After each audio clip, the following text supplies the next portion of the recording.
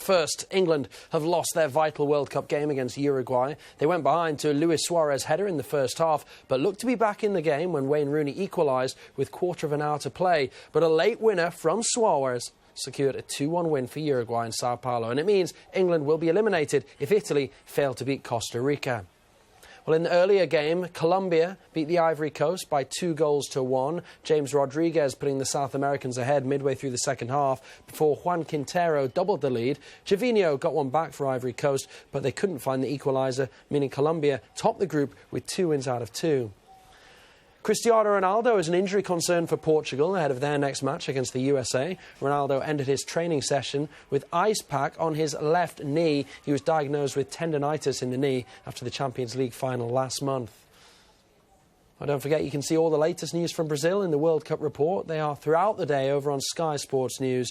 You can also keep up to date by following the World Cup Today blog on skysports.com and the Sky Sports apps. Away from the World Cup, Leeds United have appointed Dave Hockaday as their new head coach on a 2-year deal. He left conference side Forest Green Rovers last season. Hockaday will work alongside the club's new director of football, Benito Carbone. A One Direction singer, Louis Tomlinson, is Doncaster's new co-chairman. He's completed a takeover of the club with former owner John Ryan. Tomlinson played for the club's reserve team last season, and he says he's determined to be involved as much as possible.